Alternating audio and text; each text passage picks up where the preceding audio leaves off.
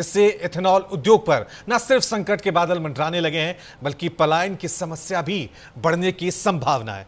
दरअसल सरकार की इस नीति का असर वैशाली जिले के जंदाहा में Dhadua Globus spirit limited ethanol plant पर भी पड़ा है, जिस वजह से सप्लाई ऑर्डर में 50% कटौती के बाद यह प्लांट पिछले 10 से 15 दिनों में पूरी तरह से बंद पड़ा है और लगभग 200 से 250 तक कामगारों और कर्मचारियों के सामने अब रोजी रोटी का संकट उत्पन्न हो गया है। फिलहाल देखना होगा कि सरकार अपनी नीति में कोई बदलाव करेगी, क्योंकि हजारों मजदूर और कर्मचारियों को राहत देना सरकार का काम है, या फिर सैकड़ों परिवारों पर रोजी रोटी का संकट यूं ही बना रहेगा।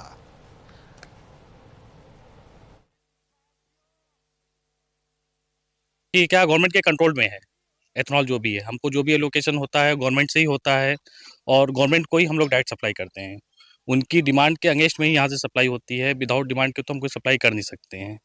तो अगर गवर्नमेंट अपनी डिमांड रेज नहीं करेगी तो हम सप्लाई नहीं कर पाएंगे तो प्रोडक्शन नहीं कर पाएंगे, क्योंकि प्रोडक्शन की भी एक होल्डिंग कैपेसिटी है, उतनी ही कैपेसिटी का प्रोडक्शन हम होल्ड कर सकते हैं अपने पास। तो अगर डिमांड नहीं रहेगी तो प्रोडक्शन नहीं हो पाएगा, जिस वजह से फैक्ट्रियाँ बंद करनी पड़ेंगी। अब 50% अगर डिमांड हो जाती है तो हमको मान लीजिए हमको 26 दिन चलाना है, तो हम प्लांट को अपनी 20-22 दिन ही चला, 15-20 दिन ही चला, 15 दिन ही चला पाएंगे, इससे ज़्यादा चला नहीं पाएंगे। बाकी दिन हमको प्लांट बंद करके रखना पड़ेगा। बताना यह है कि फैक्ट्री तो हमारी बंद है अभी 10 दिन से, इथेनॉल का वजह से। तो प्रोग्राम इनका गवर्नमेंट का हुआ है, इसी को ठीक ठाक करना है। गवर्नमेंट इस पर विचार करे ताकि सुचारू रूप से चल सके सभी का रोजी रोजगार। हमारे यहाँ करीब 200 आदमी 200 लोग एम्प्लॉय हैं, सभी लोग परमानेंट से लेके कैजुअल है, सिक्योरिटी गार्ड है, सभी लोग का रोजी रोजगार चलना चाहिए अच्छा से। ये जो पॉलिसी आया है जिसमें 100% पहले निर्यात होता था, अब 50% पे आ गया है, इसको कैसे देखते हैं? कंपनी पे कितना असर पड़ेगा? यहाँ के जो एम्प्लॉई है उन पे कितना असर पड़ेगा? कंपनी का जो प्रोडक्शन था महीने का, अब तो समझिए कि 10-15 दिन का रह गया है, तो उसमें तो दिक्कत आएगी है। लोग के ऊपर में कंपनी जैसा डिसाइड करे मैनेजमेंट, कितने लोग को रखना है, कैसे चलाना है, तो उनका डिसीजन रहेगा। यहाँ से एम्प्लॉय को निकाला भी जा सकता है क्या? अगर अब इसका तो कुछ कह नहीं सकते हैं, तो डिसीजन मैनेजमेंट का है।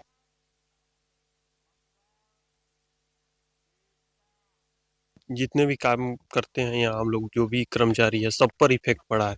सारे लोग के परिवार का रोजी रोटी चलना मुश्किल हो जाएगा अगर ऐसा चलता रहा तो। इस पर सरकार को सोचने की जरूरत है और अच्छा से अच्छा निर्णय लेने की जरूरत है।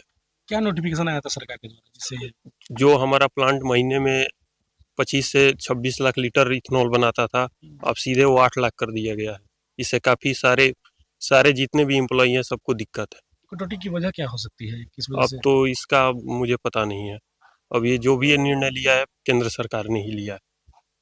इथेनॉल का काम क्या होता है, इसका प्रयोग कहाँ होता है? ये पेट्रोल में ब्लेंडिंग हो रहा है सही। सरकार के द्वारा इथेनॉल उत्पादन में कटौती और वैशाली जिला स्थित धदुआ इथेनॉल इकाई के बंद होने से मक्का उत्पादक किसानों को इससे काफ़ी घाटा होगा। सरकार को इस पर पुनः विचार करना चाहिए। डॉक्टर अभयनाथ सिंह, राष्ट्रीय कृषि शिक्षा विशेषज्ञ। बिहार में बने एथेनॉल के 100% बिक्री की अनिवार्यता को घटाकर 50% करने पर बिहार के डेडिकेटेड 14 एथेनॉल फैक्ट्री पर संकट के बादल छा गए हैं। अब सबसे बड़ा सवाल ये है कि एथेनॉल के इस उत्पादन जिसकी क्षमता कल तक 100 थी, अब उसके खरीदार 50 हो गए हैं। अब ऐसे में एथेनॉल फैक्ट्री के तमाम संचालकों पर संकट के बादल छा गए हैं। साथ ही साथ ऐसी अनिवार्यता जो 100% से घटाकर 50% की गई है, इस अनिवार्यता के बाद बेरोजगारी और साथ ही किसानों के जो अवशेष, यानी जो गन्ने का अवशेष, मक्के का अवशेष या गेहूं का अवशेष जिससे एथेनॉल बनाया जाता है, उसकी भी खरीदारी में कमी आई है। इसको लेकर खासा जो एथेनॉल उत्पादक हैं उसमें नाराजगी देखने को मिल रही है। एथेनॉल के उत्पादक कह रहे हैं कि इस निर्णय से उन्हें बड़ी आर्थिक हानि हुई है और होने की संभावना है। साथ ही साथ कई रोजगार जाने की संभावना है और किसानों को जो उनके वेस्टेज के बदले पैसे मिलते थे उसमें भी कमी आएगी। पटना से अपने सहयोगी शशि के साथ विकास कुमार ओझा, न्यूज़ इंडिया, पटना। चलिए इस खबर पे और ज्यादा जानकारी के लिए सीधा रुक करते हैं मेरे सहयोगी विकास ओझा का, जो पटना से हमारे साथ बने। विकास, एथेनॉल पॉलिसी के बाद जाहिर सी बात है ना सिर्फ फैक्ट्रियों पे असर पड़ेगा, रोजगार पे असर पड़ेगा, बल्कि बिहार के किसानों पर भी असर पड़ेगा। तो ओवरऑल किस तरह से देख रहे हैं ये जो केंद्र सरकार की पॉलिसी आई है कि अब आधी खरीद होगी, और क्या लगता है आपको, क्योंकि हाल ही में अभी बिहार में चुनाव जीता है बीजेपी ने, और उसके बाद इस तरह से आदेश आना, कितना इम्पैक्ट, क्या देख रहे हैं आप और लोगों के रिएक्शन, किसानों के रिएक्शन इस पॉलिसी के बाद?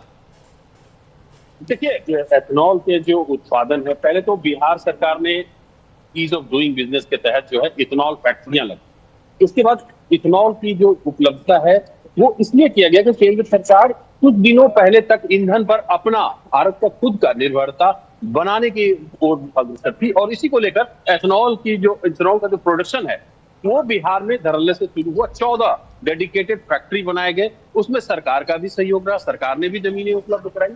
उसके बाद अब केंद्र सरकार का ये आना कि जो फैक्ट्रियां कल तक 100 लीटर एथेनॉल बनाती थी, अब उसको 50% करने पर 50 लीटर भी उससे खरीदे जाएंगे। अब बात करनी है कि B20 मतलब कि 80% पेट्रोल और 20% एथेनॉल मिलाकर चलाना था, ऐसी पॉलिसी बनी। बावजूद इसकी इस पॉलिसी में भी बदलाव होने थे। B20 के जगह B40, B60 और B80 तक इसको ले जाना था, यानी कि इसके जो परसेंटेज है एथेनॉल का पेट्रोल में मिलाने का, वो 20 से बढ़कर 80% तक जाना था, जहां पर भारत को अपने ईंधन उत्पादन में आत्मनिर्भर बना था, ताकि खाड़ी देशों पर जो भारत है वो निर्भर ना रहे। और इसी को लेकर एथेनॉल पर जोर दिया जा रहा था, और इस पर अच्छा खासा जोर जो है वो नितिन गडकरी भी दे रहे थे। बाद में पेट्रोल जो, हालांकि नितिन गडकरी का जो बयान है उसमें पेट्रोल जो है वो, जो पेट्रोल माफिया है वो किस तरीके से नितिन गडकरी पर पर्सनल अटैक्स किए, और उसके बाद से चीजें बदलनी शुरू हो गई।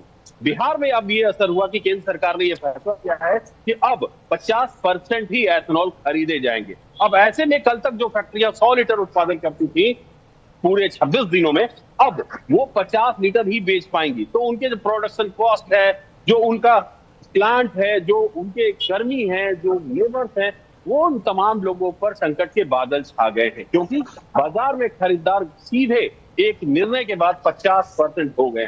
तो अब इसका सीधा असर जो है वो रोजगार पर पड़ रहा है। जो यहाँ पर ईज ऑफ डूइंग बिजनेस के तहत जो है बाहर से जो निवेश यहाँ आए थे, जो एथेनॉल प्लांट बनाए बिहार में 14 डेडिकेटेड, उनके भी इन्वेस्टमेंट के रिटर्न का भी अब सवाल हो गया कि अब ये रिटर्न कैसे होगा, क्योंकि ये बहुत पुरानी फैक्ट्री नहीं है। हाल ही में ईज ऑफ डूइंग बिजनेस के तहत बिहार सरकार बिहार में उद्योग लाने को लेकर इन तमाम चीजों पर काम की थी। उसके बाद अब ये बड़ा संकट खड़ा हो गया है कि उनके इन्वेस्टमेंट कैसे वापस हो जाएंगे। अगर एक एथेनॉल फैक्ट्री की बात करें तो 200 से 400 एम्प्लॉय इसमें है। अब क्योंकि प्रोडक्शन आधा हो गया है, तो ये माना जा रहा है कि एम्प्लॉय के जो एम्प्लॉयमेंट है उस पर असर पड़ेंगे, और साथ ही साथ जो इन्वेस्टर हैं, जो फैक्ट्री के मालिक है, जो एथेनॉल का उत्पादन कर रहे हैं, उनको एक बड़ी आर्थिक हानि होनी है।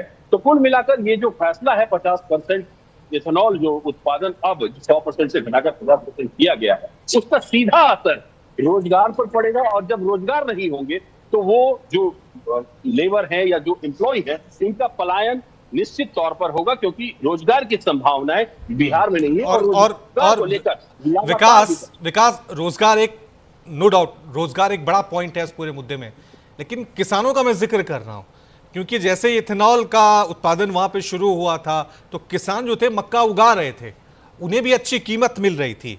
क्योंकि अगर फैक्ट्री मालिक विरोध करेंगे तो आपको लग रहा है कि सरकार पिघल जाएगी। किसान हो, एक बिहार का आम आदमी हो, वो जो ये मांग चाहता था हमेशा से कि बिहार में भी उद्योग लगें, बिहार में भी फैक्ट्रियां लगें, तो आपको लग रहा है कि सरकार इस फैसले को रिव्यू करेगी?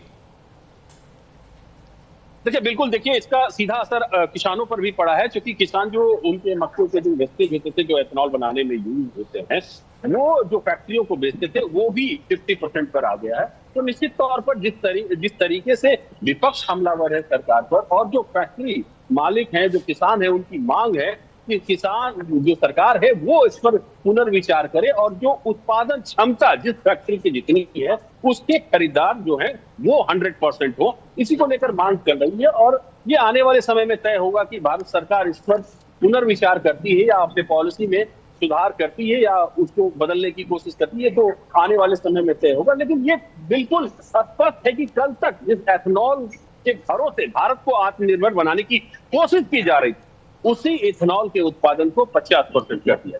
जी शुक्रिया शुक्रिया विकास, लेकिन आप हमारे साथ बने रहें।